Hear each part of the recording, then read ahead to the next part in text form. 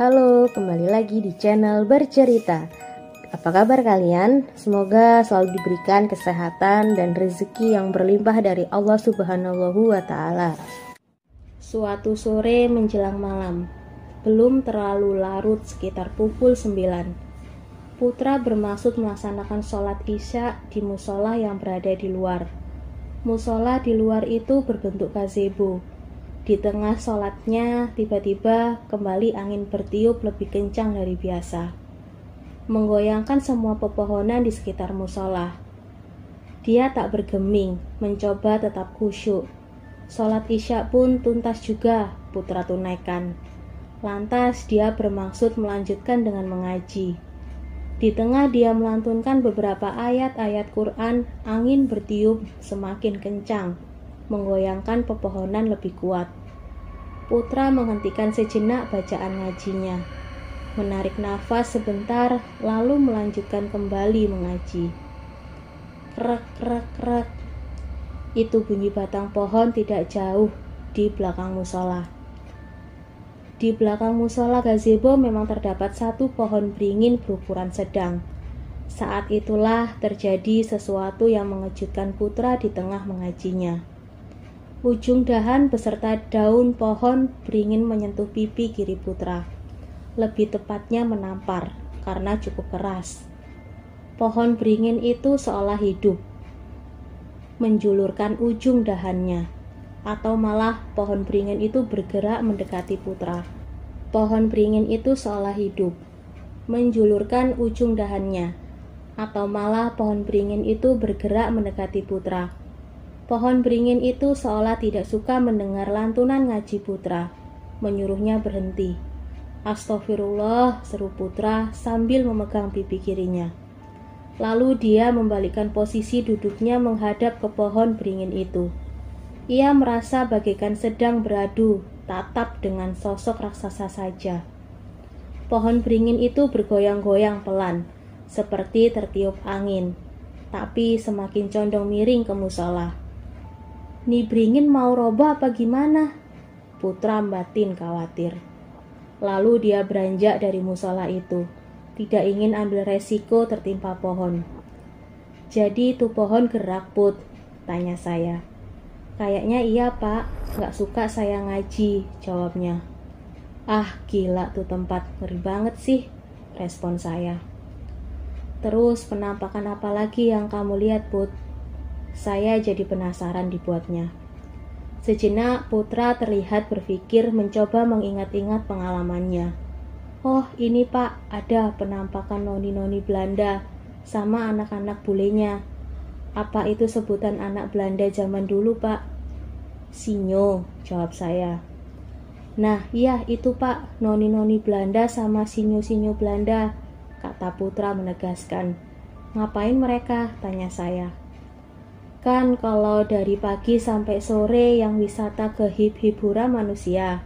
Nah, malam-malam tertentu gantian mereka yang berwisata ke situ sekeluarga, terang Putra. Kalau penampakan kayak setan yang ngetop gitu ada nggak, Put? Tanya saya lagi. Setan ngetop gimana tuh, Pak? Putra balik nanya, bingung. Itu loh kayak kunti, pocong, genderuwo, kolong wewe, tuyul, terang saya. Oh itu, ada Pak, saya pernah lihat. Kuntilanak suka terbang dari pohon satu ke pohon lainnya. Terus tuyul, saya suka lihat mereka di kebun jagung, terang Putra. Ngapain mereka di situ? Wujudnya bener gak sih kayak yang suka digambarin di TV? Tanya saya. Joget-joget aja Pak, mantatin saya. Dah gitu hilang, saya ngelihatnya aja takut. Juga lucu juga, hehehe, kata Putra sambil ketawa. Putra menerangkan bahwa kurang lebih benar penggambaran tuyul di TV. Wujud anak-anak, kepalanya botak plontos, ada gigi seperti taring keluar dari mulut di sudut bibir bawah. Hanya mengenakan kain yang dibuntal seperti popok dan bola matanya putih semua, mengkilat seperti kelereng. Namun demikian, sosok yang lebih sering menunjukkan diri adalah sosok manusia yang dirantai yang beberapa waktu lalu membuat Putra bermalam di halte bus. Meskipun Putra tidak melihat hanya dengan mendengarkan dari lantai atas kamarnya, dia tahu dari bunyi tanda kehadiran mereka. Cerak, seret, cerak, seret. Itu bunyi lantai kaki dan bandul bola besi yang diseret. Telah 2 bulan Putra tinggal di Hibibura. Dia makin terbiasa dengan suasananya, makin terbiasa dengan para penghuninya. Tapi jika sendirian dan di atas jam 9 malam dia memilih tidak sholat dan mengaji lagi di musola gazebo, dan memilih melakukannya di ruangannya. Terlalu banyak gangguan, katanya. Rekan kerja di Hibibura selain Anton yang akrab juga dengannya adalah Teddy. Putra menunjukkan foto mereka bertiga ke saya di handphonenya. Ini Anton, yang ini namanya Teddy, Pak, katanya sambil menunjuk ke layar handphonenya. Pada waktu tertentu di luar jam kerja mereka bermain futsal. Teddy ini kerap kerasukan, atau bahasa lebih umumnya kesurupan. Saat sedang berada di Hibibura, saat kesurupan ada kalanya dia membentak-bentak Putra. Suaranya berubah-ubah. Kadang suara laki-laki, kadang suara perempuan, suara nenek-nenek, suara kakek-kakek, suara berlogat bule, suara anak-anak. Bentak-bentak gimana, Put? Tanya saya. Pergi kamu dari sini. Pergi kamu, pergi. Begitu Putra memeragakan Teddy saat sedang kesurupan. Ada yang nangis aja, ada yang teriak-teriak, ada yang merintih minta tolong, tambahnya. Pernah saya mimpi serem banget, Pak, kata Putra. Mimpi apa? Tanya saya. Saya melihat penyiksaan sadis banget, Pak. Ada yang kepalanya dihantam balok, ada yang ditusuk-tusuk perutnya, dadanya, matanya, kepalanya dipancung, ada juga yang ditembak, dicambukin sampai berdarah-darah. Ada yang diperkosa rame-rame juga.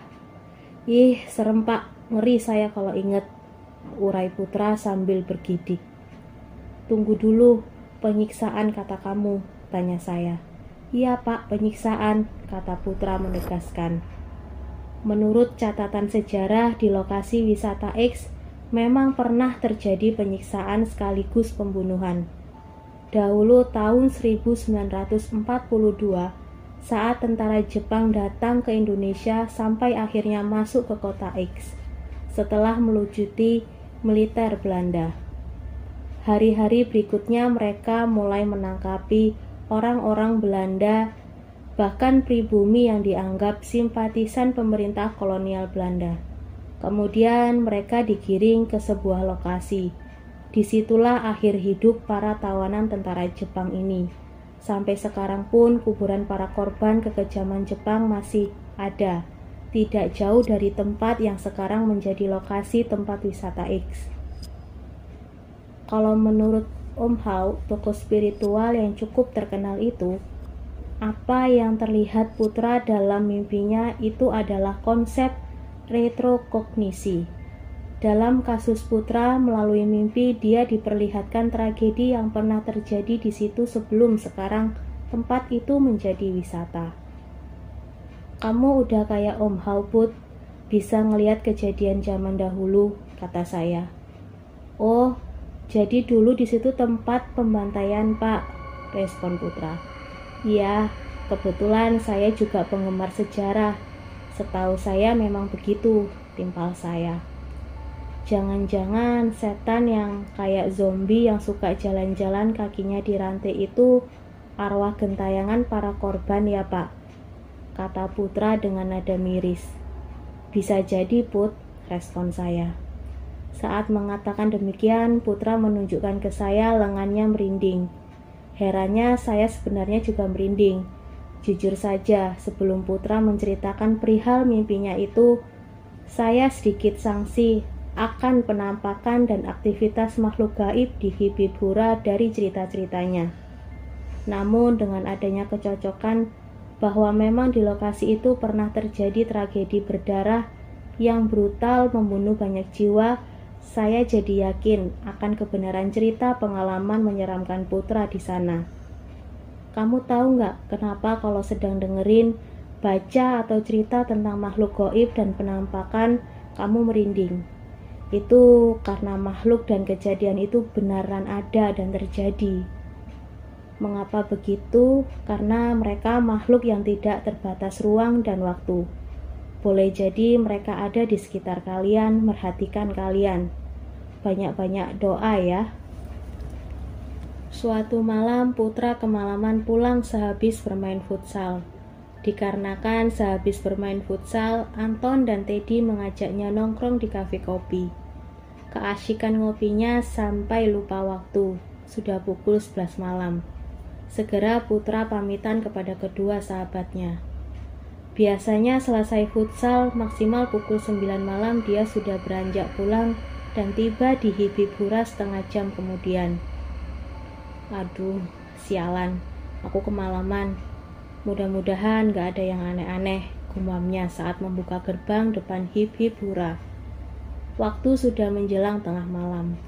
Dia lalu berjalan menyusuri paving blok dengan waspada. Siap-siap akan kemungkinan penampakan. Meskipun sudah semakin terbiasa dengan kehadiran makhluk tak kasat mata, tetap saja Putra tidak berharap bertemu langsung dengan mereka. Toh mereka memang tidak setiap malam juga muncul. Lebih seringnya Putra mendengar suara-suara. Itu pun Putra sudah berada di ruang atas, tidak melihat mereka. Prinsip Putra, masing-masing ya, jangan ganggu. Begitu dia selalu seolah menyapa saat mendengar seperti ada suatu aktivitas dari mereka yang tak kasat mata. Normalnya manusia jika melihat sesuatu yang ganjil, bukan hal yang dilihat sehari-hari, apalagi wujudnya menyeramkan pula, pasti responnya pertama kaget, kedua takut, lalu selanjutnya tergantung kesiapan mental. Ada yang memberanikan diri, ada yang diam terpaku karena lemas, dan ada yang tetap ketakutan setengah mati, sampai-sampai berteriak histeris, lalu lari terbirit-birit. Ada pula yang pingsan di tempat atau bahkan ada yang sampai kencing di celana. Beberapa meter Putra berjalan tanpa bertemu hal yang ganjil. Saat belokan kedua dekat kebun sayuran, Putra dikejutkan oleh penampakan yang mengerikan sekaligus mengenaskan. Sesosok laki-laki usia sekitar 50-an. Perawakan sedikit tambun, namun tidak pendek. Lehernya miring ke kanan. Lidahnya menjulur mengeluarkan air liur. Matanya terbuka membelalak, tapi air matanya bercucuran. Dan kakinya seperti menjinjit tapi tidak menyentuh paving blok. Mengapung 30 cm dari permukaan paving blok. Sosok itu bersuara, seperti suara orang yang tercekik. Putra kaget bukan kepalang. Seluruh darahnya serasa berdesir turun ke kakinya. Jantungnya berdegup kencang, namun lututnya lemas. Baru kali ini sosok itu dilihatnya. Astagfirullahaladzim, ya Allah, apalagi ini? Kata Putra sambil berjongkok. Putra menutup wajahnya dengan kedua telapak tangannya. Sesaat Putra mengintip dari celah jemarinya. Sosok itu masih di depan menghadapnya. Tolong, jangan ganggu saya, jangan nunjukin seperti ini. Saya di sini cuma ingin bekerja. Tolong pergi, kata Putra mencoba berkomunikasi dengan sosok itu. Dijawab demikian oleh sosok itu. Putra masih berjongkok sambil menutup wajahnya dengan telapak tangannya. Lalu dari celah jemarinya dia melihat sosok itu seperti membalik badan. Perlahan meskipun tetap mengapung kemudian berlalu dari hadapannya.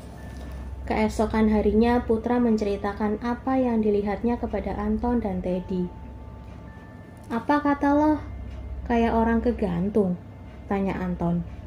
Iya, kayak orang kecekek gitu, tegas Putra lagi. Lalu Anton bertanya ciri-ciri sosok yang seperti menggantung itu bagaimana.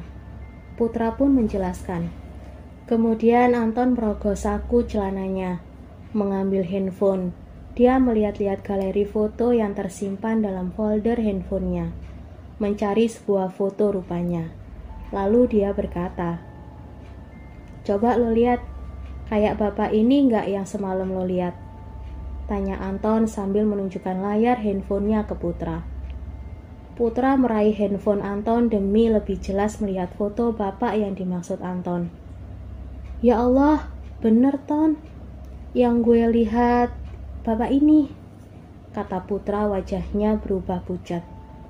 Anton menunjukkan foto pada momen ulang tahun si bapak sekitar 1,5 tahun yang lalu yang dirayakan di Hip Hip Hura bersama seluruh karyawan.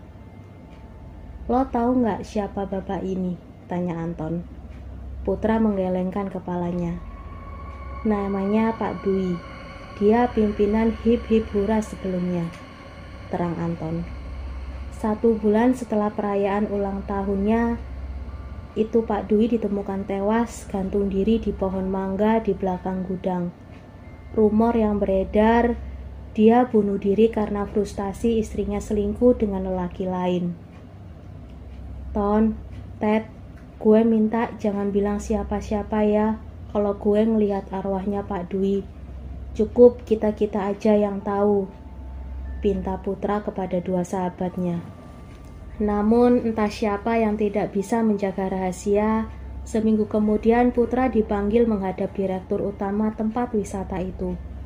Hal itu dikarenakan penampakan arwah Pak Dwi menjadi topik pembicaraan di kalangan karyawan. Pesan Pak Dirut kepada Putra agar kabar yang menggegerkan ini jangan disebarkan ke kalangan luar. Begitu Putra keluar dari ruang Dirut, dia menggerutu. "Dasar, kalau nggak Anton ya si Teddy nih yang ember. Udah aku bilang jangan bilang siapa-siapa." Bulan berganti bulan, lalu tahun berganti tahun. Tidak terasa sudah 5 tahun Putra bekerja di Hip Hip Hura. Setelah musim libur lebaran tahun itu, Putra mengambil jatah cutinya. Dia lantas pulang kampung untuk berlebaran ke keluarganya. Saat kembali ke kota X, dia membawa seorang teman sekampungnya untuk diajak bekerja di Hip Hip Hura. Baru 4 hari bekerja, saat jam operasional Hip Hip Hura selesai, teman sekampungnya itu bilang ke Putra ada keperluan yang harus dibeli di pasar. Namun sampai malamnya temannya itu tidak kunjung kembali ke Hip Hip Hura. Keesokan malamnya ibunda Putra menelpon. Ibundanya meminta Putra berhenti bekerja di Hip Hip Hura. "Tata ngasih tahu emak, di tempat kamu kerja banyak juriknya." Bahasa Sunda artinya hantu atau setan, kata ibunya Putra. Ternyata teman sekampung Putra itu bukan ke pasar, melainkan kabur balik lagi ke kampung. Dia tidak setahan Putra yang menghadapi gangguan-gangguan makhluk tak kasat mata penghuni Hip Hip Hura. "Udah nak, emak sama bapak juga gak mau ada apa-apa sama kamu. Emak mana tega anaknya harus terus-terusan ditemenin jurik di tempat kerjanya. Kamu berhenti ya nak dari situ. Cari kerja di tempat lain aja. Atau kalau kamu mau pulang kampung lagi juga gak apa-apa. Emak, bapak, sama adik-adik juga udah gak kenapa-napa," urai ibunya lagi. Putra pun sebenarnya saat bertahan di Hip Hip Hura kerap melamun. Berpikir apakah dirinya masih waras atau tidak dengan hidup berdampingan dengan para penghuni Hip Hip Hura yang sesekali menampakkan diri di hadapan Putra dengan berbagai wujud. Di sisi lain dia juga berpikir bahwa mungkin mereka para arwah-arwah itu mencoba menyampaikan sesuatu kepadanya. Jika keberaniannya sedang muncul, Putra mencoba mengambil gambar video penampakan makhluk tak kasat mata melalui kamera handphonenya. Tapi herannya dengan mata telanjang dia dapat melihat, sedangkan di kamera tidak terekam. Akhirnya di tahun ke-6 setelah dia memikirkan masak-masak dengan pertimbangan kesehatan mental dan atas desakan ibunya, Putra memutuskan berhenti bekerja di Hip Hip Hura. Saat keputusannya itu diambil sudah masuk tahun 2018. Lalu berbekal modal pesangon dan tabungan, serta pengalamannya mengurus taman dan kebun di Hip-Hip-Hura, Putra mencoba usaha berjualan bunga dan tanaman hias di kota Y. Saat pandemi COVID-19 melanda Indonesia, dunia usaha terpukul. Putra akhirnya memutuskan pulang kampung. Dia tetap berjualan bunga dan tanaman hias, namun secara daring. Untuk pendapatan dan kegiatan sehari-harinya dia bekerja di usaha kuliner saya. Put, apa para penunggu Hip-Hip-Hura nggak pernah ada yang nyamperin ke ruang atas ke tempat tidur kamu? Tanya saya. Sebenarnya ada, Pak, jawabnya. Kan ruang atas tuh nggak ada pintunya, langsung tangga aja akses turun naik. Jadi pas saya tidur, saya merasa ada yang ngebelai-belai saya. Pas saya melek, saya ngelihat jari-jari panjang sama kuku-kuku panjang di kening saya. Saya langsung kaget bangun. Saya ngelihat ada sesuatu turun dari tangga, sambungnya. Wujudnya gimana, Put? Nggak jelas, Pak. Jalannya tuh merayap, kayak cicak, tapi tubuhnya manusia. Mukanya mirip apa ya? Bapak tahu mak lampir nggak? Iya, tahu. Nah, saya lihat kepalanya kayak mak lampir, tapi matanya bulat merah menyala. Oh, itu kali yang bikin panik karyawan yang tidur di Hip-Hip-Hura sebelum kamu. Yang jatuh terus meninggal itu, kata saya menyimpulkan. Iya, Pak, sepertinya, kata Putra. Sekian kisah Taman Arwah. Semoga ada pembelajaran yang dapat diambil dari kisah ini. Jangan lupa like, komen, dan subscribe. Terima kasih.